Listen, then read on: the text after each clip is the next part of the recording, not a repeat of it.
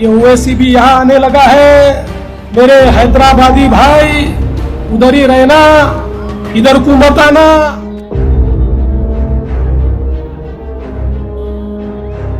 फडणवीस, अब तुमको खुजली होगी अब जब मैं बोलूंगा यहां से। अब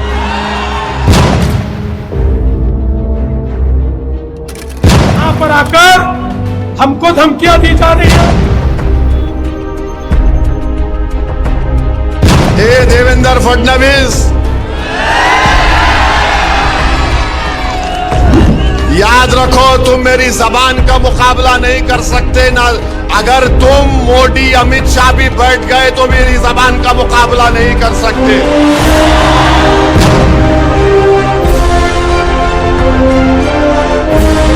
यहाँ पर आकर औरंगजेब का महिमा मंडन हो रहा है।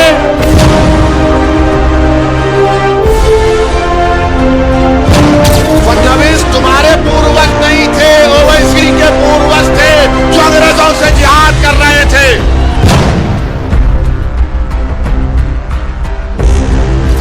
ओवैसी कुत्ता भी ना पेशाब करेगा औरंगजेब की पहचान पर। अब तो तिरंगा लहराएंगे पूरे पाकिस्तान पर। फडणवीस, मैं तुमको चैलेंज कर रहा हूं, तुम महाराष्ट्र में किधर भी हो, तुम्हारी जबान पर दूल्हे भाई का नाम तो आ गया ना। ओवैसी भी यहाँ आने लगा है। मेरे हैदराबादी भाई, उधर ही रहना, इधर को मत आना। इधर को तुम्हारा कोई काम नहीं है।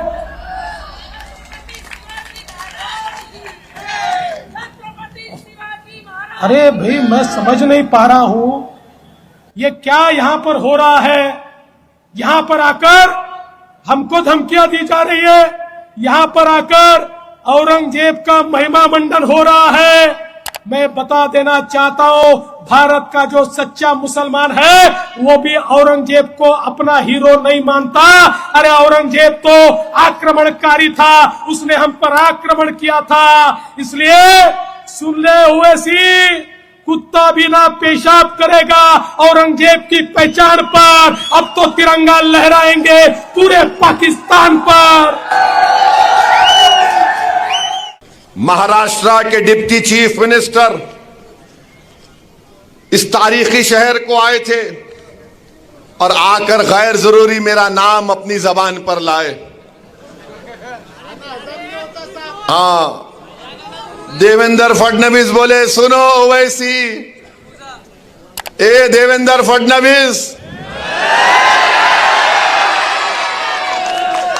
याद रखो तुम मेरी जबान का मुकाबला नहीं कर सकते ना।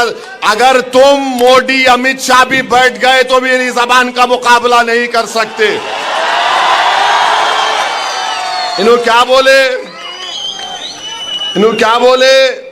ए ओवैसी, वो क्या बोले, ये ओट जिहाद, धर्म युद्ध। हम इलेक्शन कमीशन ऑफ इंडिया से पूछना चाहते हैं, क्या ये जबान इलेक्शन के कानून के ताबे है या उसके खिलाफ है? इलेक्शन कमीशन ऑफ इंडिया जवाब दो। ये महाराष्ट्र के चीफ इलेक्टोरल ऑफिसर से हम पूछना चाह रहे हैं, मेरा नाम लेकर जिहाद का नाम लिया जा रहा है, धर्म युद्ध का नाम लिया जा रहा है, क्या ये इलेक्शन कानून के खिलाफ नहीं है? क्या ये मॉडल कोड ऑफ कंडक्ट के खिलाफ नहीं है? ये लोकशाही है, जमहूरियत है, यहां पर धर्म युद्ध और जिहाद कहां से आ गया फडणवीस? खैर, तुमने बोला, अब तुमको खुजली होगी अब जब मैं बोलूंगा यहां से। अब सुनो देवेंद्र फडणवीस, तुमने कई एमएलएस को खरीद लिया, चोरी कर ली, तो तुमको क्या बोला जाए, डाकू बोला जाए या चोर बोला जाए? तुमने महाराष्ट्र से एक ड्रग पार्क का प्रोजेक्ट आ रहा था 3000 करोड़ का, टाटा एयरबस का प्रोजेक्ट 22,000 करोड़ का महाराष्ट्र को आ रहा था, वेदांता फॉक्सकॉन का 1,55,000 करोड़ का प्रोजेक्ट आ रहा था, मेडिकल की इक्विपमेंट बनाने का प्रोजेक्ट आ रहा था 4024 करोड़ का। अरे देवेंद्र फडणवीस, तेरे को इतनी हिम्मत नहीं हुई तो रोक दिया उसको, गुजरात कहे को जाने दिया रे? हाँ, 1,80,000 करोड़ का प्रोजेक्ट महाराष्ट्र को नहीं आया, गुजरात को चले गया। क्यों? तुम तुम्हारे पप्पा जी से डर गए थे मोदी के। ये फिर आप देखो, और हम बताना चाह रहे हैं, फडणवीस ये समझते हैं क्योंकि वो फडणवीस हैं तो असदुद्दीन ओवैसी को दबा सकेंगे, क्योंकि वो फडणवीस हैं तो ये चाहते हैं कि लोग उनके पैरों के पास बैठ जाएं। वो फडणवीस हैं तो ये समझते हैं कि वो मुझे जिहाद या धर्म युद्ध के नाम से पुकारेंगे। वो फडणवीस हैं तो समझते हैं कि मैं असदुद्दीन ओवैसी को नीचे गिराऊंगा। अरे देवेंद्र फडणवीस, तुम जिस चीज को लाना चाहते ना औरंगाबाद में, वो चीज कभी नहीं आएगी इंशाअल्लाह ताला। मैं लिख के रख रहा हूं, वो इसलिए नहीं आएगी फडणवीस क्योंकि बाबा साहेब अंबेडकर ने जो संविधान बनाया उसमें फडणवीस भी बराबर है, ओवैसी भी बराबर है, कोई ऊपर कोई नीचे नहीं है। और फडणवीस, मैं तुमको चैलेंज कर रहा हूं, तुम महाराष्ट्र में किधर भी हो, तुम्हारी जबान पर दूल्हे भाई का नाम तो आ गया ना। अब तुमसे मैं कह रहा हूं फडणवीस, तुम्हारी जबान से जरांगे पाटिल का नाम निकलेगा।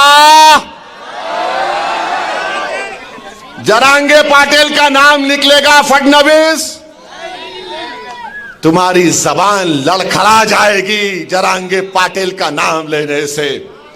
बोलो, हिम्मत है तो बोलो फडणवीस, जरांगे पाटिल बोलो। तुम नहीं बोलेंगे? बोलेंगे नहीं नहीं, ओवैसी बोल सकता हूं, दूल्हे भाई है, मेरे भाईजान है, बोलूंगा। अब भाईजान किसको बोलते मालूम, लाइटर वेन में, मगर जरांगे पाटिल का नाम नहीं लेंगे फडणवीस। तुम फडणवीस बोलो, जरांगे पाटिल नहीं बोल सकेंगे। डर नहीं लगता, कच्ची हो जा रही पूरों की। और देवेंद्र फडणवीस, तुम बार बार जिहाद जिहाद बोलते। सुनो फडणवीस, तुम्हारा हीरो जेल में बैठकर अंग्रेजों को लव लेटर लिख रहा था।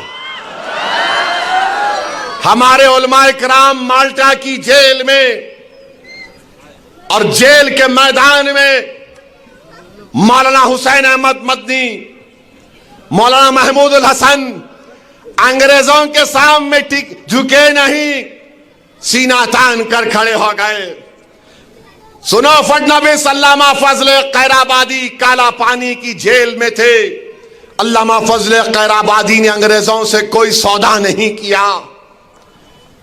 सुनो फडणवीस, 1820 के बाद इस मुल्क की आजादी की लड़ाई में सबसे पहला फतवा किसने दिया? हमारे मदरसों के जिम्मेदारों ने दिया, जिहाद का फतवा दिया। फडणवीस, जब तुम्हारे बुजुर्ग नहीं थे, अंग्रेजों से लड़ने का तरीका हमने देश को सिखाया, हमने बताया कैसे अंग्रेजों को भगाया जा सकता है। तारीख गवाह है कि दिल्ली की जामा मस्जिद से लेकर वो जो पंजाब का पाकिस्तान का बॉर्डर है मौजूदा, उन झाड़ों और पेड़ों पर हमारे उलमाए किराम की लाशें फकर से लटक रही थी। वो लटक तो रही थी मगर पुकार पुकार कर पैगाम दे रही थी तुम जैसे फडणवीस लोगों को कि देखो, इस देश से हमने मोहब्बत की और इस देश को आजाद कराने के लिए हमने अपना सब कुछ कुर्बान कर दिया। आज फडणवीस बोलते जिहाद। फडणवीस, तुमको जिहाद, फडणवीस क्या बोले? ओट जिहाद। अभी लैंड जिहाद हो गया, लव जिहाद हो गया, एग्जाम जिहाद हो गया। अब फडणवीस, आरएसएस, बीजेपी बोल रही ओट जिहाद, यानी धूलिया में मालेगांव सेंट्रल की सीट से बीजेपी के उम्मीदवार को वोट नहीं मिला तो फडणवीस बोल रहे वोट जिहाद। हमको सेंट्रल मालेगांव से वोट नहीं मिले, जहां तुम्हारे को वोट नहीं मिला वहां जिहाद हो गया, जहां तुम्हारे को हार गए वहां जिहाद हो गया। तुम गुजरात में भी एक सीट हार गए, कैसा हारे बोलो। तुम हैदराबाद में मेरे खिलाफ हार गए, कैसा हारे बोलो।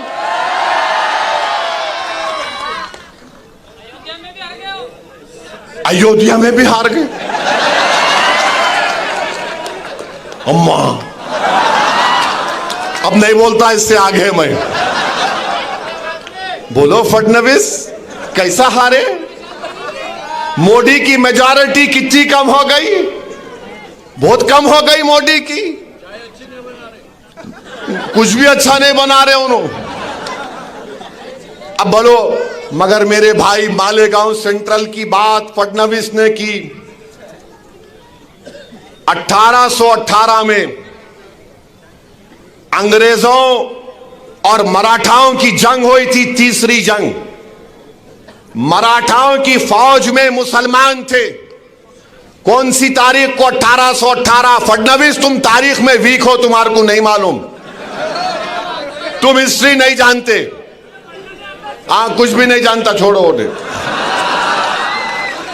तो 1818 में अंग्रेजों के खिलाफ मराठाओं ने जंग की थी और उस जंग में मुसलमान थे। मुसलमान मालेगांव के किले पे खड़े हो गए और अंग्रेजों को से मुकाबला किया। उसमें 30 से ज्यादा सिपाही शहीद हो गए और अंग्रेजों को, उन मुसलमानों को जो मराठाओं की फौज में थे, 36 तोपों को इस्तेमाल करना पड़ा। 8000 गोले गिराए, 35,500 गन पाउडर इस्तेमाल करना पड़ा। फडणवीस ये वो मुसलमान जो मराठाओं की फौज में मालेगांव के किले में खड़े हो गए थे और अंग्रेजों को मुकाबला किया। फडणवीस तुम्हारे पूर्वज नहीं थे, ओवैसी के पूर्वज थे जो अंग्रेजों से जिहाद कर रहे थे। और फिर 1921 में मालेगांव में इनकलाबियों ने खिलाफत नॉन कॉपरेशन मूवमेंट के बाद मालेगांव के किले पे चढ़ गए। अंग्रेजों का झंडा हमने निकाला, फडणवीस तुम्हारा हीरो नहीं निकाला। हमारे बुजुर्गों ने झंडा निकाला, मालेगांव शहर को कब्जा कर लिया और उसके बाद अंग्रेजों ने क्या किया? बोलो फडणवीस, मरने वालों में, शहीदों में तुम्हारा नाम था या ओवैसी के बाप दादा का नाम था? बोलो नाम क्या था? सुनो फडणवीस, शहीदों का नाम जिन्होंने 1921 में अंग्रेजों का झंडा निकालकर हिंदुस्तान के झंडे को लहराया। शहीदों में नाम सुलेमान शाह, इस्माइल अल्लाह रखा, शाहीन बिकारी, शाबान बिकारी, बुद्धू, फरीदास, अब्दुल गफ्फार, ये तमाम को फांसी पे लटका दिए फडणवीस। तुम्हारा हीरो अंग्रेजों को लव लेटर लिख रहा था, I love you, I love you. हम आई लव यू नहीं बोले अंग्रेजों को, हम बोले वी हेट यू, तुमको निकलना पड़ेगा भारत से। तुम आकर हमको जिहाद सिखाओगे फडणवीस? अरे तुम जिहाद का जे नहीं जानते, तुम हमको क्या पूछ रहे हो? और हमारे बुजुर्गों ने अब्दुल्ला खलीफा, मोहम्मद हुसैन, इन लोगों को भी जेल में अंग्रेजों ने मार मार कर शहीद कर दिया।